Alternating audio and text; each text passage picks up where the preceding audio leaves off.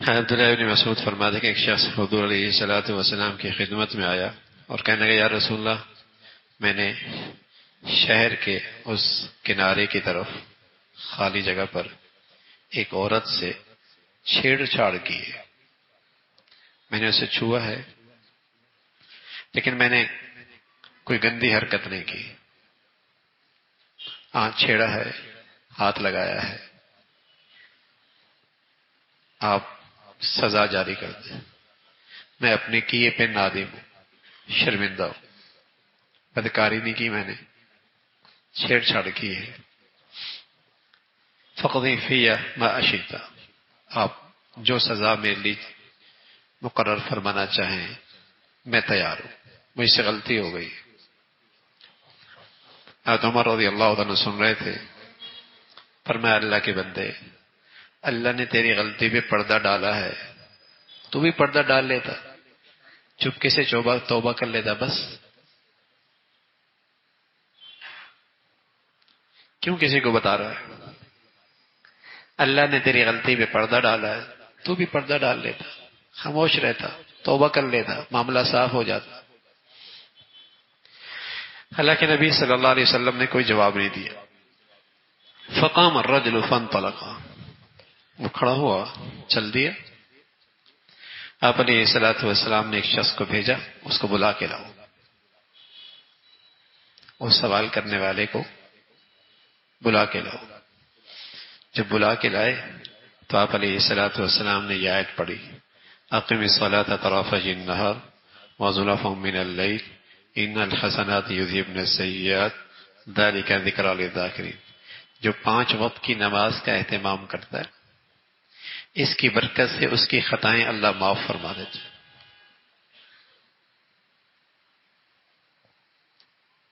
یہ آیت پڑھی اور اسے تسلی دے دی، اسے تسلی دے دی، گناہ ہو گیا ہے، نماز پڑھ لی ہے، نمازوں کا اہتمام کرتے ہو، معاف ہو جائیں گے۔ پاس بیٹھنے والے نے کہا یا رسول اللہ ھذا لہ خاصہ، یہ صرف اس شخص کے لیے ہے؟ فرمایا بل للناس کافہ، سب کے لیے۔ اور بخاری شریف میں حدیث ہے لجمیع امتی، میری پوری امت کے لیے، جس سے بھی غلطی ہو جائے اور کوئی گناہ ہو جائے اور پھر وہ نماز کا اہتمام کر لے، اللہ اس کی خطائیں معاف فرما دے۔ آپ علیہ الصلوۃ والسلام نے بتایا ہے کہ 5 وقت کی نماز اور جمعہ سے جمعہ، رمضان سے رمضان، مکفرات ما بینہن اذا اجتنب الکبائر، یہ چیزیں تمام گناہوں کو معاف فرما دیتی ہیں۔ رمضان کا رمضان کے درمیان کے گناہ، جمعے کے درمیان کے گناہ، نمازوں کے درمیان گناہ، یہ عبادت ایسی ہیں کہ درمیان کی خطائیں معاف ہو جاتی ہیں، بشرط یہ کہ وہ کبائر کا ارتکاب نہ کرے۔ کبیرہ گناہ توبہ کے بغیر معاف نہیں ہوتا، کبیرہ گناہ توبہ کے بغیر معاف نہیں ہوتا۔ تو جو رسول اللہ صلی اللہ علیہ وسلم نے اسے تسلی دی، اور پھر قرآن کی آیت بھی ہے ان تجتنبوا کبائر ما تنہون عنہ نکفر عنکم سیئاتکم، اگر تم کبائر سے بچتے رہے جن سے تمہیں روکا گیا ہے تو بقیہ گناہ اللہ تمہاری نیکیوں کی وجہ سے معاف فرما دے، نمازوں سے معاف ہو جائیں گے، وضو سے معاف ہو جائیں گے، صدقہ خیرات سے معاف ہو جائیں گے۔ کبائر سے بچتے رہو تو کبیرہ گناہ کا ارتکاب نہ کرو۔ ان الحسنات یذہبن السیئات، نیکیوں میں یہ صلاحیت ہے کہ وہ گناہوں کو مٹا دیتی ہے، گناہوں کے اثرات ختم کر دیتی ہے۔ ہاں البتہ کبیرہ گناہ کیا، ایک شخص آیا حضور علیہ الصلوۃ والسلام کی خدمت میں، کہا یا رسول اللہ مجھ سے بڑا گناہ ہو گیا، مجھ سے بڑا گناہ ہو گیا، مجھ پہ حد جاری فرما دے، حد جاری فرما دے۔ ایک حد تو وہ تھی جو غیر شادی شدہ کے لیے، زنا کی حد، وہ ہے کوڑے، اور ایک شادی شدہ زانی ہے، اس کی حد کیا ہے پتھروں سے سنسار کرنا. اب یہ شخص آئے کہ یا رسول اللہ مجھ پہ حد جاری فرما دیں. بڑی ہمت کی بات ہے. پتہ بھی ہے جان چلی جائے گی، پتہ بھی ہے جان چلی جائے گی اور دنیا دیکھے گی جب مجھے پتھروں سے مارا جائے گا، لیکن آخرت کی فکر اللہ نے ایسی عطا فرمائی ہے کہ توبہ سے گناہ تو معاف ہوتا ہے، لیکن جب میں چاہتا ہوں کہ میری توبہ مکمل ہو اور مجھ پہ حد بھی جاری ہو تاکہ کل بارگاہ خدا بندگی میں شرمندگی نہ اٹھانی پڑے. بڑا دل گردہ ہے، بڑا حوصلہ ہے.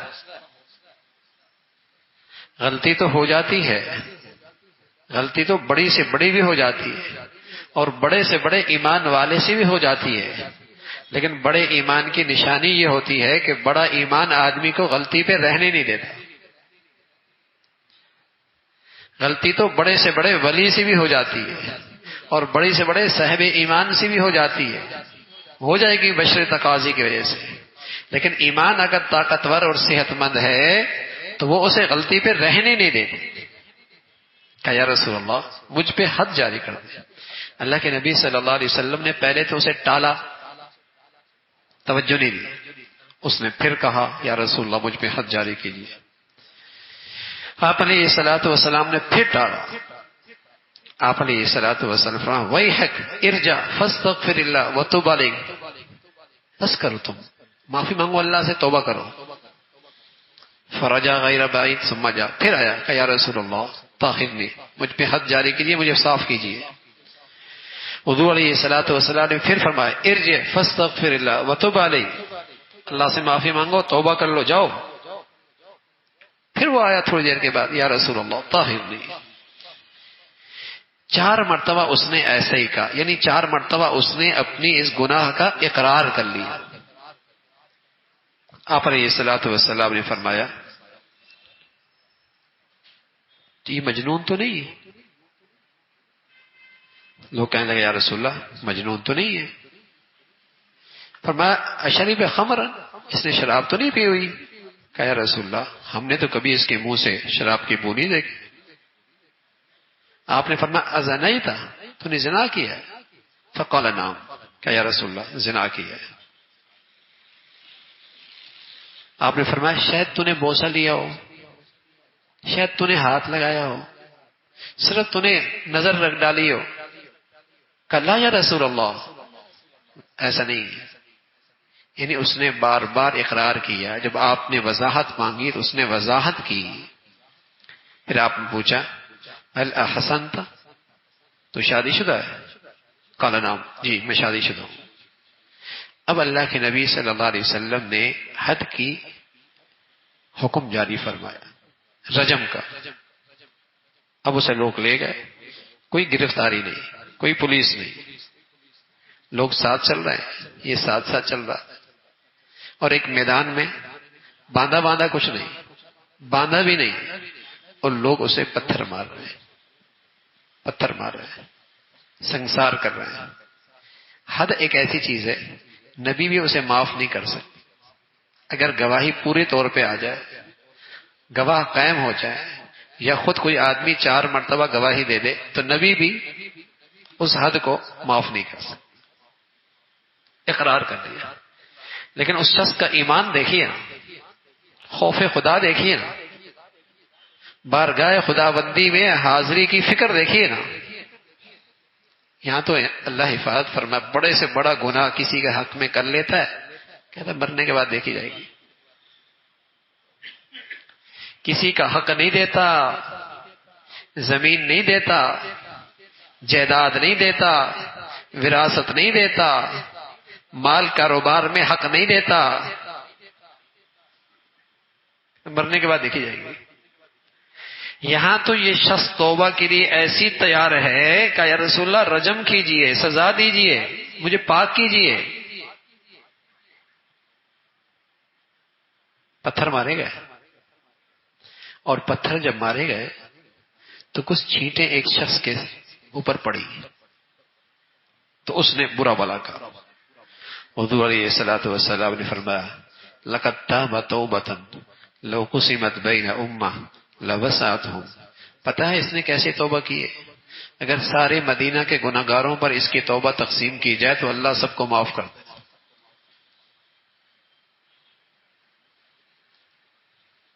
اس نے ایسی توبہ کی, اس نے ایسی بڑھیا توبہ کی. تو میرے عزیزو، پیارے رسول صلی اللہ علیہ وسلم نے جو واقعہ بتایا ہے، آپ کا جو ارشاد ہے کہ انسان سے گناہ تو ہو جائے گا، بڑے سے بڑا بھی ہو جائے گا، بہت بڑا بھی ہو جائے گا، لیکن اللہ ہمیں ایسا ایمان نصیب فرما دے کہ وہ گناہ ہمیں بے چین کر دے اور توبہ پہ کھڑا کر دے اور ہمارے اندر ندامت پیدا ہو جائے اور شرمندگی آ جائے اور اللہ کے سامنے سچی ندامت کے آنسو بہا دیں. پھر کوئی گھاٹا نہیں، پھر کوئی نقصان نہیں، پھر کوئی گھاٹا اور نقصان نہیں ہے. ایسی توبہ ہے، ایسی بڑھیا توبہ ہے.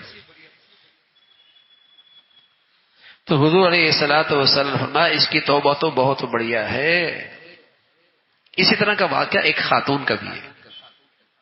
ایک خاتون بھی آئی حضور علیہ الصلوۃ والسلام کی خدمت میں. آپ نے مجھ سے بھی کئی مرتبہ یہی کہا، واپس جاؤ توبہ کرو، واپس کرو، جاؤ توبہ کرو، استغفار کرو. کہا یا رسول اللہ میں تو زنا سے حاملہ ہوں. فرمایا انتی تو حاملہ؟ کہا نام، جی میں حاملہ ہوں. کہا جاؤ جب بچہ پیدا ہو جائے پھر آنا. کوئی گرفتاری نہیں، کوئی پولیس نہیں. ایمان تو ہے نا، بڑھیا ایمان ہے. اور بڑھیا ایمان کے ساتھ بھی بڑی غلطی ہو سکتی ہے. کہ جاؤ بچہ پیدا ہو جائے واپس آ جاؤ. اب وہ عورت بچہ اٹھا کے لے آئی. کہا یا رسول اللہ بچہ پیدا ہو. اب کتنے دن عرصے کے بعد بچہ پیدا ہوتا؟ 8 مہینے، 9 مہینے، 10 مہینے. بچہ لے کے آ گئی. کہ یا رسول اللہ، اس خاتون کا نام غامدیہ. بچہ لے کے آ گئے. حضور علیہ الصلوۃ والسلام نے فرمایا جاؤ اس بچے کو دودھ پلاؤ، جب یہ کھانے کے قابل ہوگا پھر آنا.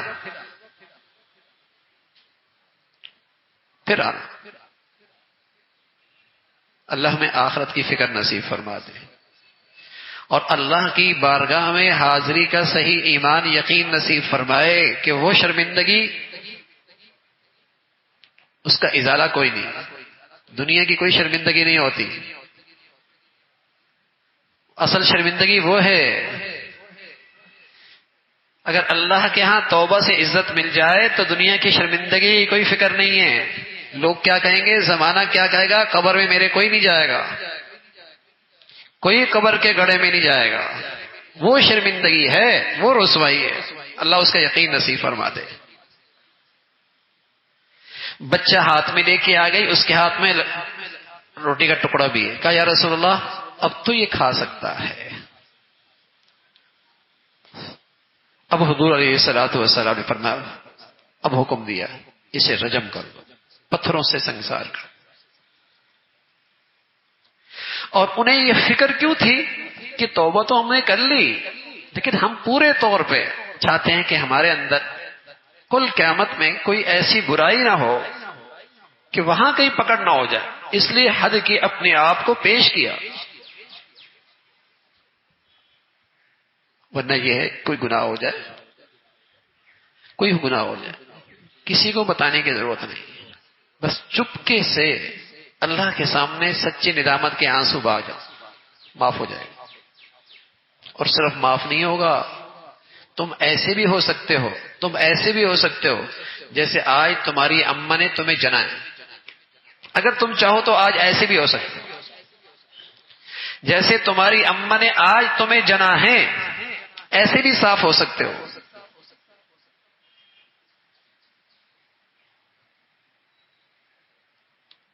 یہ ایک ایسی نعمت ہے، یہ اللہ کا اس امت پر بڑا انعام ہے. ورنہ پہلی امتوں میں ایسا نہیں ہوتا تھا. پہلی امتوں میں تو بس اوقات جن اعضاء سے گناہ ہوتا تھا انہیں کاٹنا پڑتا تھا. بس اوقات توبہ کے لیے ایک دوسرے کو قتل کرنا پڑتا تھا. اس امت پہ اللہ کا خاص انعام ہے. کہ ندامت کا آنسو اتنا قیمتی ہے، ماہوں سال کی خطائیں لمحوں میں معاف۔ پھر بھی اگر کوئی آدمی گناہوں پہ اصرار کرے، پھر بھی کوئی شخص اپنے گناہوں پہ اصرار کرے اور پھر وہ رمضان کے اندر بھی گناہوں کی زندگی پہ رہے، تو پھر اللہ کے نبی کی بات ہے نا، کوئی ازلی بد نصیب ہی ہو سکتا ہے، کوئی بدقسمت ہی ہو سکتا ہے کہ ایسی مبارک گھڑیاں، ساعت، رات، دن، برکتیں، رحمتیں، مغفرت کے بہانے، اور پھر اس کی بخشش اور معافی کوئی نہیں۔ فرمایا کوئی ازلی بد نصیب ہی ہو سکتا ہے۔ اللہ تعالی ہماری حفاظت فرمائے، اللہ تعالی ہماری حفاظت فرمائے۔ تو میرے عزیزو، اس در میں مایوسی کوئی نہیں ہے، اس کے دربار میں مایوسی کوئی نہیں ہے، اس کے در پہ کوئی بڑا گناہ نہیں۔ ندامت کے آنسوں کے سائے میں، ندامت کے آنسوں کے مقابلے میں وہاں کوئی بڑا گناہ نہیں، سب معاف، سب معاف۔ تو کیسا بڑھیا ایمان ہے، گناہ بھی ہوا لیکن ایمان دیکھیے نا، کہ یا رسول اللہ رجم کیجئے، رجم کیجئے، مجھے صاف کیجئے، مجھے پاک کیجئے۔ تو اللہ رب العزت ہمیں بھی اپنے خطاؤں پہ، گناہوں پہ سچی ندامت نصیب فرمائے، سچی توبہ کی توفیق عطا فرمائے۔